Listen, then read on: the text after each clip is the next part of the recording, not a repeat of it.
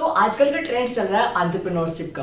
काफी सारे लोग एंटरप्रेन्योर बनना चाहते हैं और एंटरप्रेन्योरशिप के बारे में जानना चाहते हैं, लेकिन बहुत सारे लोगों को ये नहीं पता कि एक एंटरप्रेन्योर क्या होता है, वो सोसाइटी में क्या रोल प्ले करता है और एक एंटरप्रेन्योर बनने के लिए किस किस स्किल्स की जरूरत है।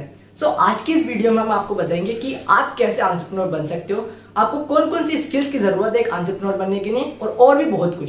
सो welcome to our channel startup X and let's get started. तो सबसे पहले बात करते हैं कि एंटरप्रेन्योर कौन होता है। एक एंटरप्रेन्योर वो पर्सन होता है जो एक इनोवेटिव बिजनेस आइडिया पे काम करता है और उस आइडिया से वो लोगों की किसी न किसी एक प्रॉब्लम को सॉल्व करता है या लोगों की नीड्स को फुलफिल करता है। फॉर एग्जाम्पल अमेजोन का इस्तेमाल आप में से काफ़ी सारे लोगों ने किया होगा प्रोडक्ट बाय करने के लिए। तो अमेजोन के जो फाउंडर है जेफ बेजोस, उन्होंने अमेजोन को स्टार्ट करने से पहले ये देखा होगा कि जितने भी लोग हैं वो अपना सारा का सारा सामान ऑफलाइन खरीदते हैं और उसमें उनका काफ़ी ज़्यादा टाइम स्पेंड होता है। तब उन्होंने अमेजोन की शुरुआत की जिससे आपने घर बैठे बैठे कोई भी सामान ऑर्डर कर सकते हो। तो बेसिकली जेफ बेजोस ने लोगों की एक प्रॉब्लम को सॉल्व किया अपने बिजनेस आइडिया अमेजोन के थ्रू। एक और एग्जांपल लेते हैं ओला का। ओला एक इंडियन यूनिकॉर्न स्टार्टअप है जो लोगों को टैक्सी सर्विस प्रोवाइड करता है। ओला का एक ऐप है जिससे आप टैक्सी बुक कर सकते हो ऑनलाइन और जहां जाना चाहो वहां जा सकते हो। ओला के जो फाउंडर हैं भावेश अग्रवाल, उन्होंने भी ओला को स्टार्ट एक प्रॉब्लम को सॉल्व करने के लिए किया था। इसको समझाने के लिए मैं आपको एक स्टोरी बताता हूँ। तो स्टोरी ये है कि एक बार भावेश अग्रवाल को रात में बेंगलोर से बांदीपुर जाना था, तो उसके लिए उन्होंने टैक्सी वाले से बात की और सारे पैसे फिक्स कर लिए थे कि टैक्सी वाला कितने पैसे लेगा उनसे। क्या हुआ, जब वो टैक्सी में बैठ गए और काफ़ी दूर चले गए थे, तब टैक्सी वाला बीच रास्ते में गाड़ी रोक देता है और वहाँ पे थोड़ा जंगल का एरिया होता है। रोकने के बाद टैक्सी वाला भावेश अग्रवाल से कहता है कि अगर मेरे को आगे लेके जाना है तो मैं 1.5 गुना ज़्यादा पैसे लूँगा।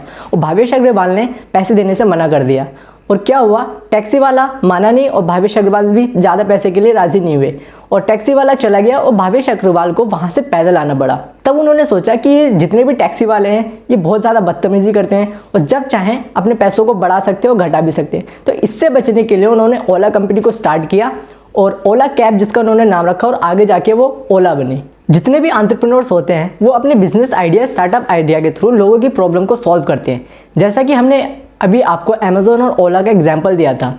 कुछ कंपनीज लोगों की प्रॉब्लम को सॉल्व करती हैं या नीड फुलफिल कर देती हैं, वहीं कोई और बिजनेस या कंपनी आके वही सेम काम करती हैं जो वो कंपनी पहले से ही कर रही होती हैं। आपने भी ये देखा होगा कि पहले अमेजोन आया, उसके बाद फ्लिपकार्ट आया।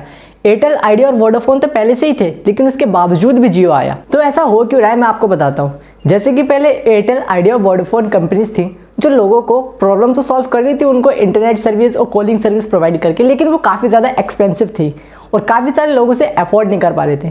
ऐसे में मुकेश अंबानी जो रिलायंस ग्रुप और जियो के मालिक हैं, उन्होंने देखा कि लोग इंटरनेट सर्विस को एक्वायर नहीं कर पा रहे, अफोर्ड नहीं कर पा रहे। तब उन्होंने 2015 में जियो को लॉन्च किया और जियो ने इंटरनेट सर्विस इतनी सस्ती कर दी कि आम लोग भी उसका इस्तेमाल करने लगे।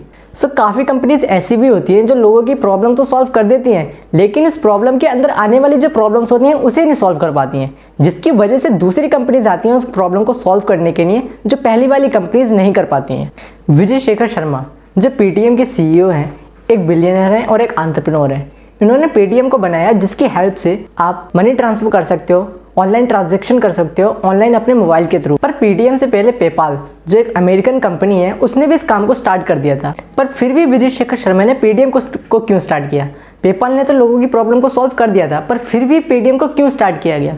तो इसका आंसर है कि पेपाल इंडिया में नहीं था और विजय शेखर शर्मा ने इंडिया के लोगों की नीड को फुलफिल करने के लिए पेटीएम की शुरुआत। एक एंटरप्रेन्योर एक प्रॉब्लम को सॉल्व करता है या नीड फुलफिल करता है अपने बिजनेस आइडिया स्टार्टअप आइडिया के थ्रू। तो एक अच्छा एंटरप्रेन्योर बनने के लिए आपको ये 14 स्किल्स आना बहुत जरूरी है। नंबर 1 स्किल है लीडरशिप।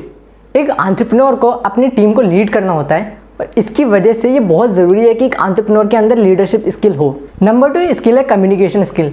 एक एंटरप्रेन्योर के अंदर अच्छी कम्युनिकेशन स्किल होना बहुत ज़रूरी है, क्योंकि एक एंटरप्रेन्योर के पास एक टीम होती है, बहुत सारे कस्टमर्स होते हैं, क्लाइंट्स होते हैं और इन्वेस्टर्स होते हैं। और अगर एक एंटरप्रेन्योर अपनी टीम के साथ अच्छे से कम्युनिकेट नहीं कर पाता है तो इसकी टीम उसके साथ काम नहीं कर पाएगी।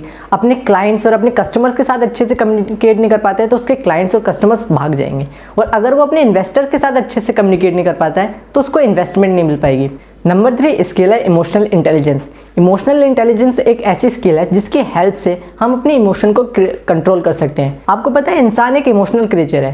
ह्यूमन ज़्यादातर इमोशनली सोचते हैं, बट एज अ एंटरप्रेन्योर आपको लॉजिकली भी सोचना चाहिए अपने इमोशंस को साइड रख के। बट ऐसा आप तभी कर सकते हो जब आप अपने इमोशंस को कंट्रोल करना सीख जाओ। एक एंटरप्रेन्योर में पेशेंस भी होने चाहिए।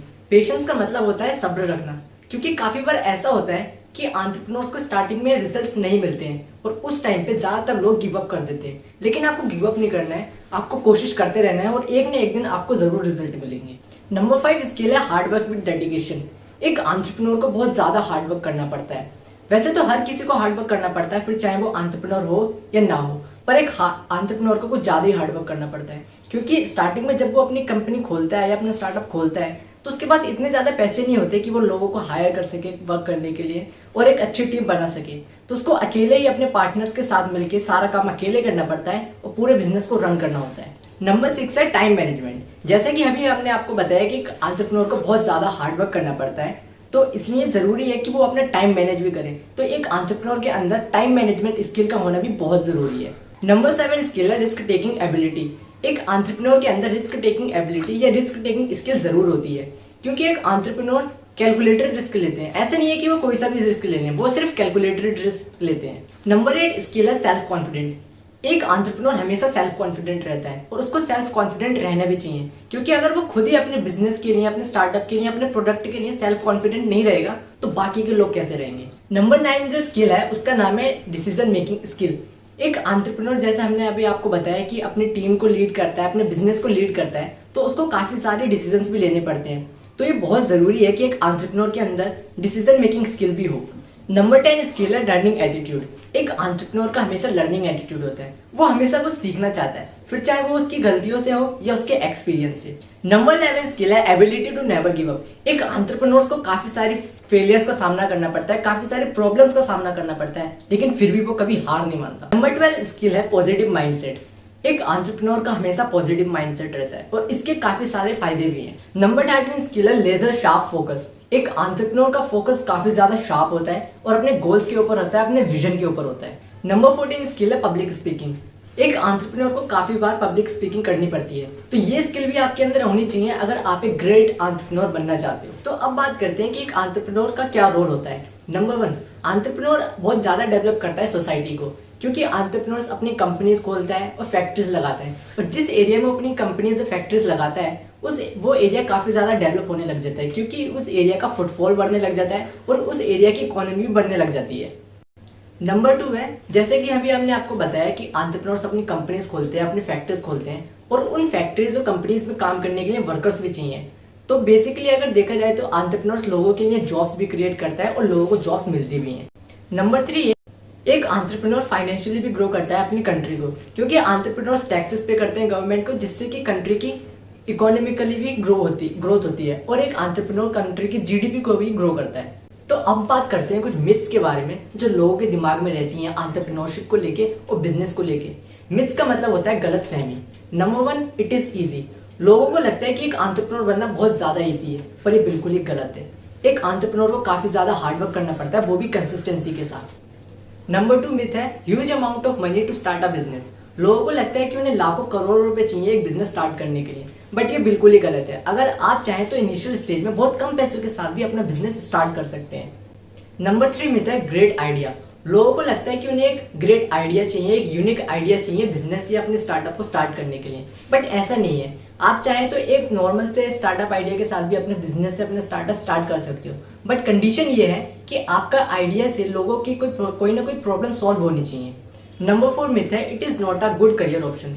लोगों को लगता है और काफी सारे पेरेंट्स भी ये सोचते हैं कि एंटरप्रेन्योरशिप करना या बिजनेस करना एक अच्छा करियर ऑप्शन नहीं है, पर ऐसा बिल्कुल भी नहीं है। एक एंटरप्रेन्योरशिप काफी अच्छा करियर ऑप्शन है। अब बात करते हैं कि एक एंटरप्रेन्योर का क्या पर्पस होता है। देखो, एक एंटरप्रेन्योर का पर्पस ये नहीं होता है कि बिजनेस करना है और सिर्फ पैसे कमाने हैं, बल्कि एक एंटरप्रेन्योर का पर्पस ये होता है कि लोगों की प्रॉब्लम को सॉल्व करना है अपने बिजनेस आइडिया, अपने स्टार्टअप आइडिया के थ्रू। अब बात करते हैं कि आप कैसे एक एंटरप्रेन्योर बन सकते हो। एक एंटरप्रेन्योर बनने के लिए आपको एक आइडिया की जरूरत है और उस पर काफी ज्यादा हार्ड वर्क करने की। एंटरप्रेन्योरशिप या बिजनेस कोई थ्योरेटिकल चीज नहीं है। आप जब खुद अपना बिजनेस स्टार्ट करोगे तो आप इसे सीख सकते हो, पर कुछ चीजें होती हैं एंटरप्रेन्योरशिप के बारे में या बिजनेस के बारे में जो आपको पता होनी चाहिए। इसके लिए कुछ यूट्यूब चैनल्स हैं जिसको आप देख सकते हो। नंबर 1 है हमारा channel the startup x, number 2 है विवेक बिंद्रा, नंबर 3 है थिंक स्कूल। थिंग्स को नई नई केस स्टडीज लेके आते हैं और बिजनेस से रिलेटेड कंटेंट बनाते हैं, लेकिन इनका कंटेंट इंग्लिश में होता है। नंबर 4 चैनल है इंटेलेक्चुअल इंडीज। इंटेलेक्चुअल इंडीज की अभी एक सीरीज चल रही है फाउंडर्ड एंड अनफिल्टर्ड यूट्यूब पर, जिसमें ये एंटरप्रेन्योर्स का इंटरव्यू लेते हैं, उनकी जर्नी के बारे में डिस्कस करते हैं और उन्होंने कैसे बिजनेस स्टार्ट किया और बिजनेस से के बारे में डिस्कस करते हैं। आप ये 3 बुक्स पढ़ सकते हो बिजनेस के बारे में। Number 1 the business book, number 2 E myth revisited and number 3 0 to 1। आप ये बुक्स खरीद भी सकते हो अमेजोन पर, जिसका डिस्क्रिप्शन में लिंक है। पर आप चाहो तो इन बुक्स की समरी भी सुन सकते हो फ्री में गीगल ऐप पर, और गीगल ऐप का लिंक आपको नीचे डिस्क्रिप्शन में मिल जाएगा। और मैंने भी ई मिथ रिविजिटेड की समरी भी गीगल ऐप पर ही सुनी थी। सो आज की इस वीडियो में बस इतना ही। अगर आप ऐसी नॉलेजेबल वीडियोस और देखना चाहते हो तो सब्सक्राइब कर लीजिए हमारे चैनल को। And thanks for watching.